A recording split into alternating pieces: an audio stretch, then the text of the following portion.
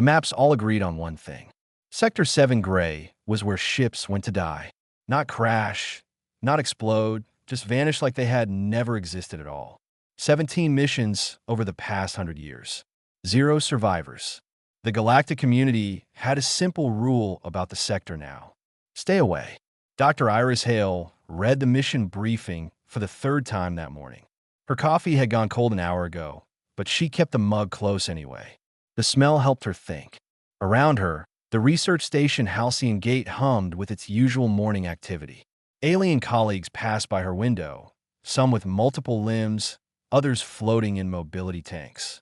None of them understood why she kept a full kitchen in her quarters. They ate nutrition paste and synthesized meals like civilized beings. Iris preferred her own cooking. The briefing was simple.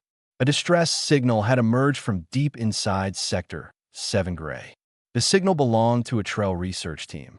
The Trell were an insectoid species known for building technology that could survive almost anything. If they were calling for help, something had gone very wrong. A rescue ship was being assembled. The Mercy's Hand. It needed a xenobiology specialist. Iris had already packed her bags. Her supervisor, a crystalline being named Vaughn, had tried to talk her out of it.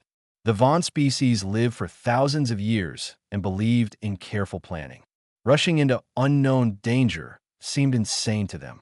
No one returns from that sector, the supervisor had said, their body refracting light into worried patterns. Then I will be the first, Iris had replied. Now she stood in the docking bay, watching the Mercy's Hand being loaded with supplies. The ship was small but sturdy, designed for quick rescue operations. Captain Oren supervised the loading process with all 4 of his arms moving in practice coordination. He was Vaughn like her supervisor, but younger and less cautious. 2 of his arms directed cargo, while the other 2 checked systems on a datapad. You are the human scientist? He asked without looking up. Dr. Urishale. They say humans are curious to the point of stupidity. They say Vaughn are so careful they never accomplish anything. Oren's crystalline face shifted into what might have been a smile. I think we will work well together. The rest of the crew arrived over the next hour. Navigator Bliss came first, her mobility tank rolling up the cargo ramp. The Drell species were aquatic and needed water to survive. Bliss had been navigating dangerous space for 20 years and claimed she could find a path through anything. Her tank connected to a specialized station on the bridge where she could interface with the ship's sensors. Engineer Rook arrived last, his reptilian scales gleaming under the dock lights. The Skarn were known for being able to fix anything mechanical.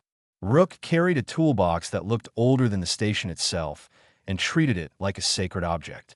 Everyone knows the risks. Oren asked when they gathered in the common room. They all nodded. Then we launch in 1 hour. Prepare your stations. Iris spent that hour setting up a small cooking area in the corner of the common room. She had brought a portable heating unit, some basic ingredients, and her favorite knife.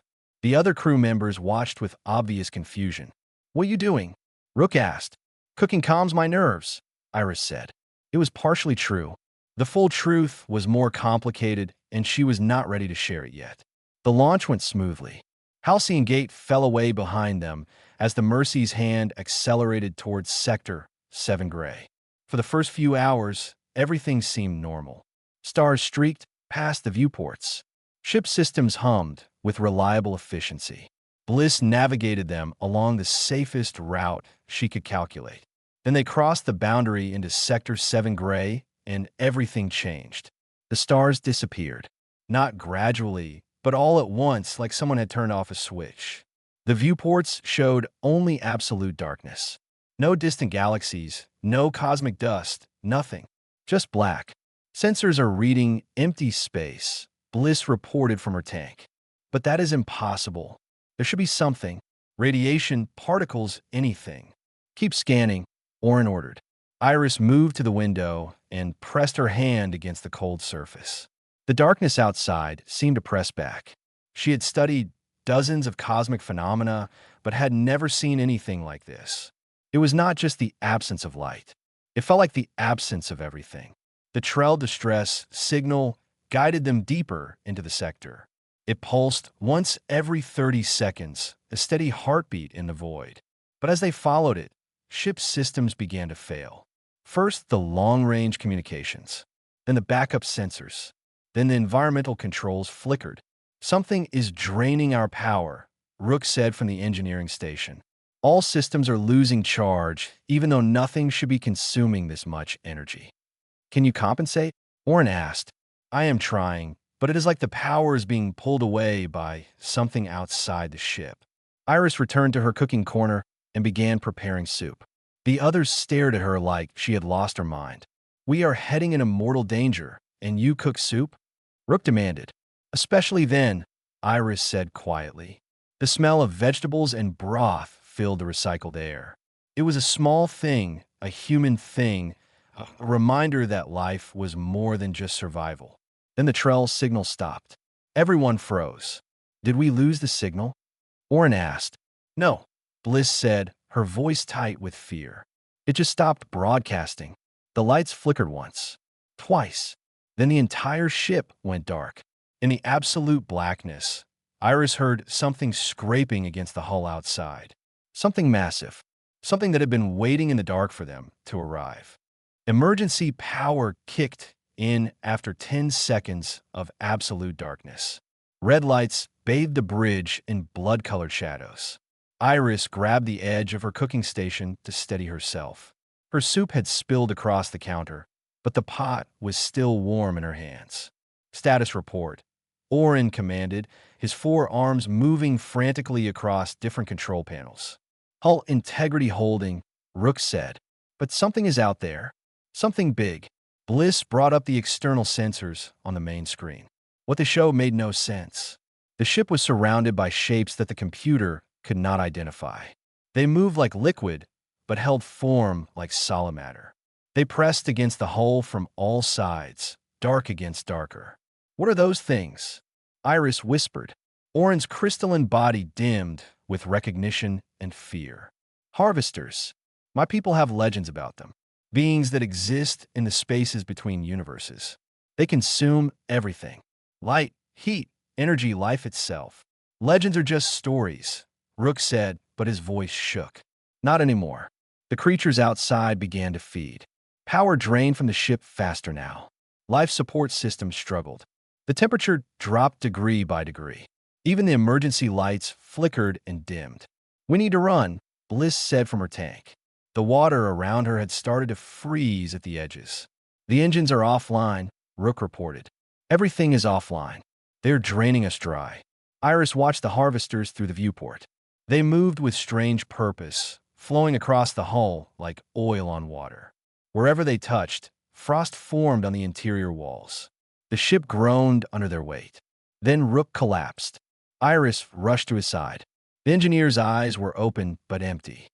His chest moved with shallow breaths, but he did not respond to her voice. She checked his vital signs. Weak but present. It was like his mind had simply turned off. "They are feeding on more than just the ship's power," Orin said quietly. "They are feeding on us." Bliss had retreated deep into her tank, curled into a ball. Her species used bioluminescence to communicate, and her whole body was flashing rapid distress signals. She was terrified beyond speech. The ship lurched. Something was pulling them deeper into the sector. "Where are we going?" Iris asked. Orin brought up the navigation display. Through the swarm of harvesters, a structure appeared on the sensors. Large, artificial, clearly built by an intelligent species. "The Trell Research Station," Orin said. "They're taking us there." "Why?" "Maybe they want us to see what happened to the others. Maybe they collect their prey in one place." The station grew larger in the viewport. It hung in the void like a metal corpse, covered completely in harvesters. The creatures coated every surface, thick as moss on a stone. But through a viewport on the station's side, Iris saw movement. "Light. Life.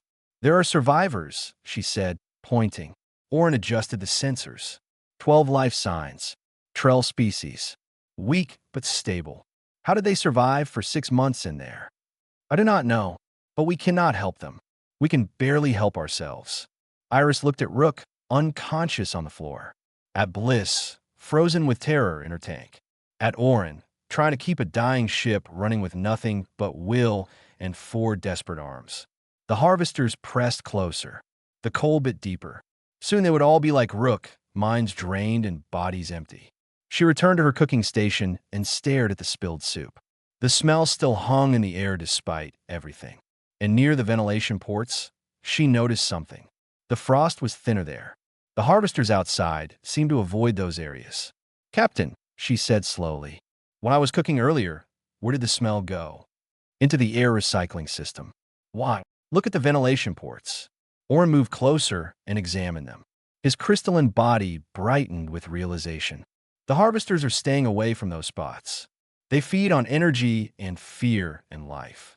But cooking is something else. It is care made physical, comfort made real. It represents a kind of energy they do not understand. That is insane. So are monsters made of living darkness. Iris began gathering her cooking supplies. The heating unit was dead, drained by the harvesters, but she had chemical heat packs in her emergency kit. The kind rescue teams used to warm survivors in cold environments. She cracked 3 of them and felt warmth bloom between her palms. "What are you doing?" Orin asked. "I'm going to cook. Now. Especially now." She set up her makeshift stove using the heat packs and a metal bowl. Added water from the emergency supply. Began preparing ingredients with cold-numbed fingers. The smell of food started to fill the ship again, stronger than before. Outside, the harvesters reacted. They pulled back from the ventilation ports.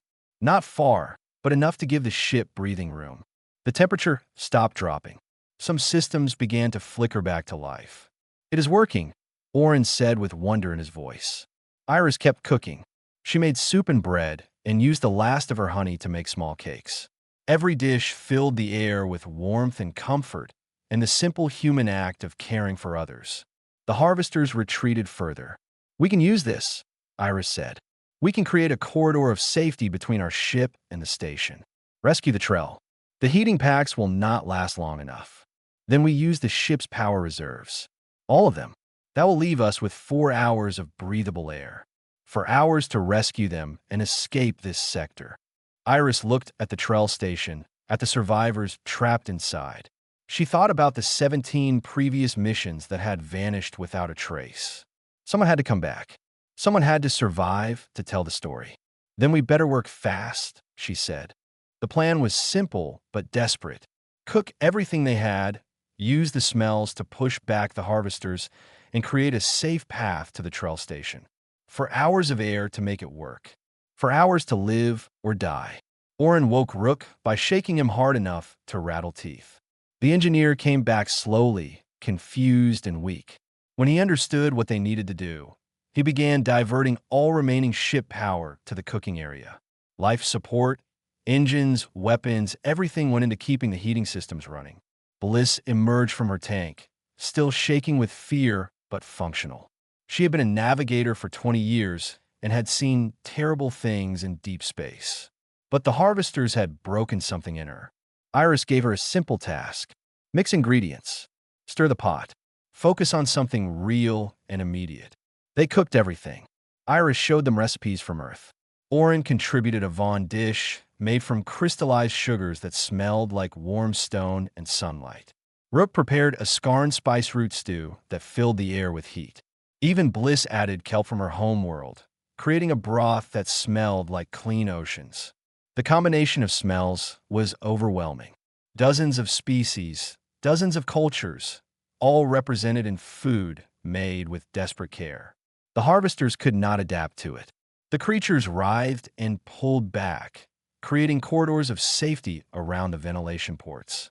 "It is working," Rook said, monitoring the external sensors. "They are retreating. Prepare the tether lines," Orin commanded. "We crossed to the station in 10 minutes. They loaded dishes into sealed containers and attached them to the outside of the ship. The aromas vented into space through controlled releases. The harvesters fled from the smell like it was poison. A narrow tunnel opened between the 2 vessels. Iris suited up in an emergency vacuum suit. So did Orin. They would cross first and bring the Trell survivors back. Rook would maintain the cooking systems. Bliss would monitor the harvesters and warn them if the creatures adapted. The crossing was the longest minute of Iris's life. She pulled herself along the tether line hand over hand, watching the harvesters circle just beyond the aroma barrier. They moved like frustrated predators, searching for a weakness.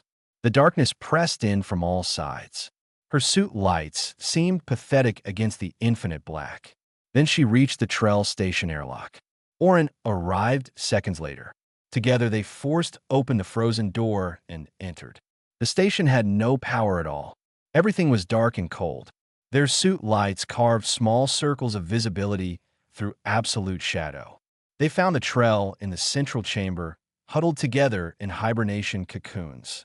The insectoid species could slow their metabolism to almost nothing, surviving on minimal resources for months. It had saved their lives. Barely. 12 cocoons. Iris and Orin began waking them one by one.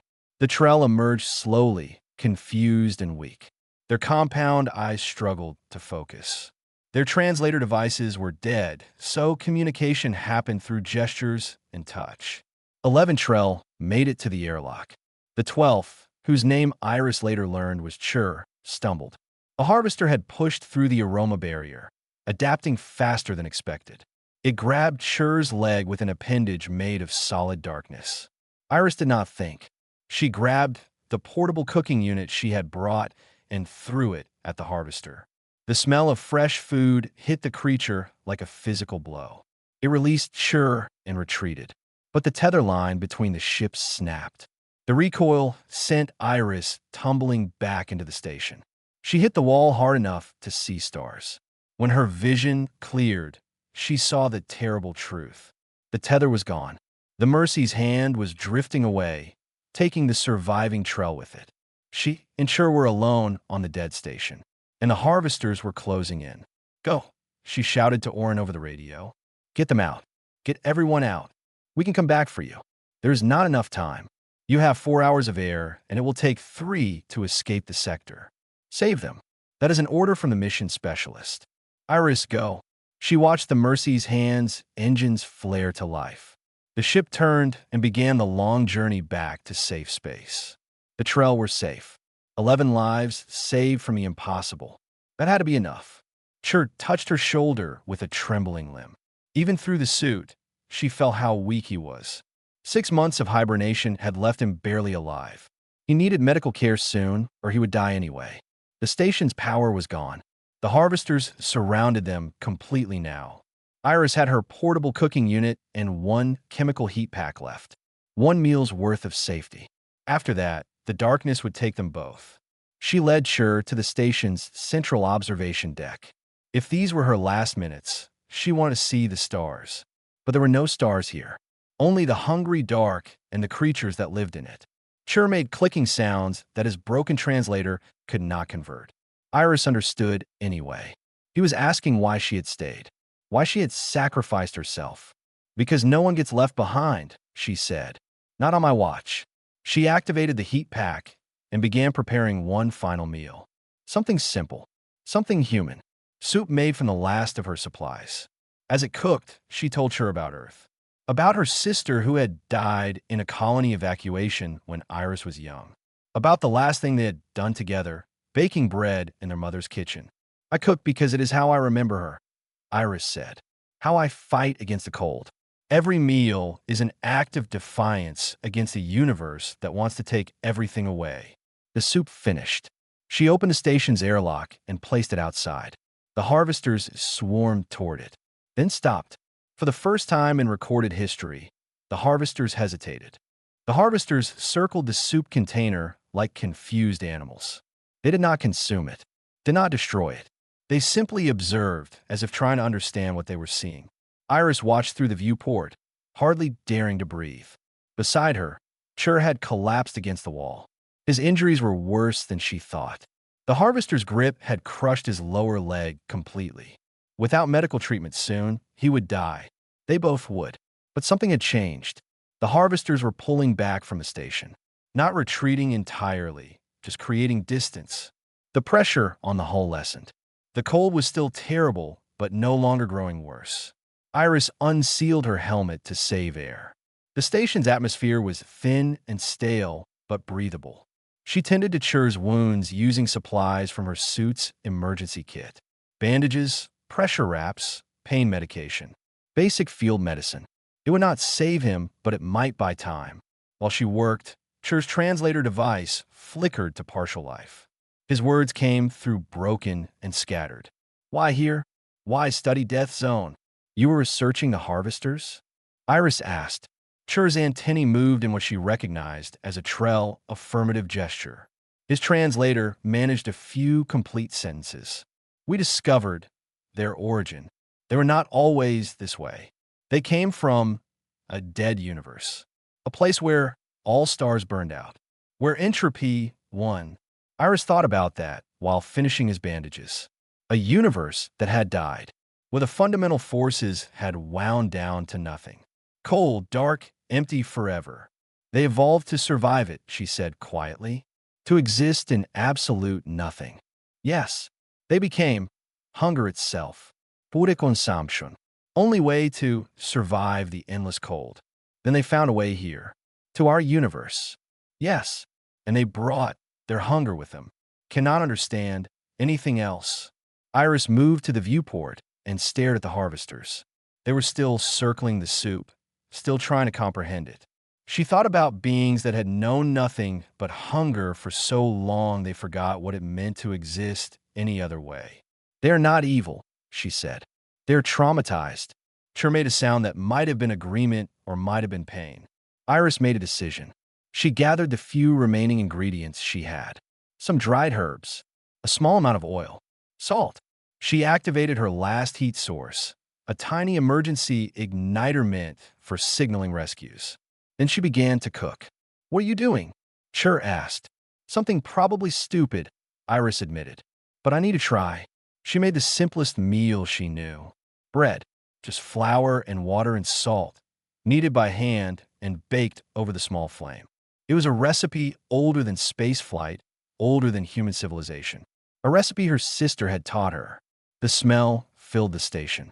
Iris opened the airlock again and placed the bread outside next to the soup. Then she did something no one had ever done. She stepped outside. Chur tried to stop her, but was too weak. Iris floated in the void, tethered to the station by a safety line, surrounded by harvesters. They could destroy her in seconds, drain her life like they had drained everything else. But they did not. They circled closer, these beings made of living darkness. Iris could feel them studying her, trying to understand what she was. She picked up the bread and broke it in half, held out one piece toward the nearest harvester. I know you are hungry, she said. Her voice did not carry in the vacuum, but she spoke anyway. I know you have been hungry for longer than I can imagine. But there is more to existing than consumption. There is creation. There is care. There is the choice to give instead of take. The harvester reached toward the bread with an appendage of solid shadow. Touched it. The bread should have been destroyed, drained of all energy and warmth. Instead, the harvester pulled back. Its form flickered, changed. For just a moment, Iris saw light within the darkness. Just a spark, but it was there. You were not always this way, she continued. You learned to survive the dark. Now, learn to survive the light. Learn that you can exist without consuming, that the universe can give as much as it takes. More harvesters gathered around her. Dozens of them. Iris felt their attention like weight, like presence. They were listening, actually listening. She thought about what Chur had said. These beings came from a universe that had died. They had survived by becoming creatures of pure entropy. But entropy was not evil. It was just a force, a direction, a tendency toward disorder. And tendencies could be changed. Iris took the other half of the bread and ate it herself, showed them that creation could sustain as much as consumption, that giving and taking could exist in balance. The harvesters began to glow. It started with the one closest to her, a faint luminescence within its dark form, like stars seen through deep water. Then it spread to the others. One by one, the creatures of living darkness began to produce light. They were changing, learning, evolving beyond their hunger. A corridor opened between the station and empty space. The harvesters were creating a path, showing her the way out. Iris returned to the station and helped Shur to his feet. Together, they moved toward the airlock. The harvesters maintained the corridor, holding back the dark. And as Iris and Shur made their way along the path, the creatures did something unprecedented. They returned the energy they had stolen. Power flowed back into the station. Life support systems activated. Emergency lights blazed to life. Communications equipment came online. The station was no longer dead. It was alive and transmitting. And when Iris looked back at the harvesters, she saw them clearly for the first time. Not monsters, not mindless consumers, just beings that had forgotten how to be anything except hungry. Now they were remembering. The Mercy's hand received the transmission 12 hours into their journey home. Iris's voice came through clearly, impossible but real. This is Dr. Iris Hale calling from Trell Station 7. We are alive. I repeat, we are alive. Oren ordered an immediate course reversal. The crew argued. They had barely enough fuel to reach safety. Going back meant risking everyone. But Oren was captain and he had left 2 people behind. He would not leave them there forever. When the Mercy's hand arrived back at the station 3 days later, they found something that made no sense. The station was operational. Full power, stable orbit, systems running normally. And the harvesters had changed. Where once there had been creatures of pure darkness, now there were beings of twilight. They still looked like living shadows, but light moved within them. Patterns and colors that had not existed before. They still surrounded the station, but no longer pressed against it. They maintained distance, almost respectful. What happened here? Rook asked, staring at the sensor readings. Iris explained over the communication channel how she had offered food instead of fighting, how the harvesters had responded with curiosity instead of hunger, how they had begun to transform when shown that existence could be more than consumption. They are learning, she said. They want to understand what they lost when their universe died, what it means to live instead of just survive. The rescue was simple this time. No desperate cooking, no last-minute escapes. The harvesters created a clear corridor between the ships. Iris and Shur transferred safely. The injured Trell was placed in medical suspension immediately. He would survive. As a Mercy's hand prepared to depart, one harvester approached the ship. It moved differently than the others, more controlled. It pressed against the viewport near where Iris stood. She placed her hand on the glass. The creature matched the gesture with an appendage of shadow and light. They want to learn, she told Oren. They spent eternity consuming. Now they want to create. Can they? I think so. They just need teachers. The journey back to Halcyon Gate took 5 days. During that time, the harvesters followed the ship at a distance. Not threatening, just observing. Learning how things moved through space without destroying them. How energy could be used instead of consumed. When they arrived at the station, Iris filed her report. The authorities did not believe her at first. 17 previous missions lost, and now she claimed to have tamed cosmic horrors with cooking. It sounded like insanity or trauma. Then the data came through. Video recordings from the ship. Sensor logs showing the harvester's transformation. Energy readings that proved they were no longer draining power, but generating it. The evidence was undeniable. 3 days after their return, something appeared at the edge of Sector 7 Gray, the Trell research station that Iris had abandoned. It was transmitting again, broadcasting a simple message on repeat. A recipe. Instructions for making bread. Transmitted in every known language, designed to be understood by any species capable of cooking. The harvesters had found the recipe in the station's database and were sharing it with the galaxy. They were trying to communicate through food. The Council of Unified Worlds held emergency sessions. Sector 7 Gray was reclassified from forbidden to restricted research. Teams of scientists wanted to study the changed, as the transformed harvesters were now called. Others wanted to maintain distance, afraid the transformation might reverse. Iris was offered a choice: return to normal research or lead a permanent station on the edge of Sector 7 Gray. Study the changed. Learn from them. Teach them. She accepted on one condition: full kitchen facilities. 6 months later, Research Station Haven was completed. Iris led a team of xenobiologists, cultural specialists, and volunteers from a dozen species. Their mission was unprecedented, not to study the changed as specimens, but to engage with them as students. The changed were fast learners. They had spent eternity observing how energy moved, how matter organized, how systems functioned. Now, they applied that knowledge to creation instead of consumption. They began making patterns with light. Simple at first, then increasingly complex.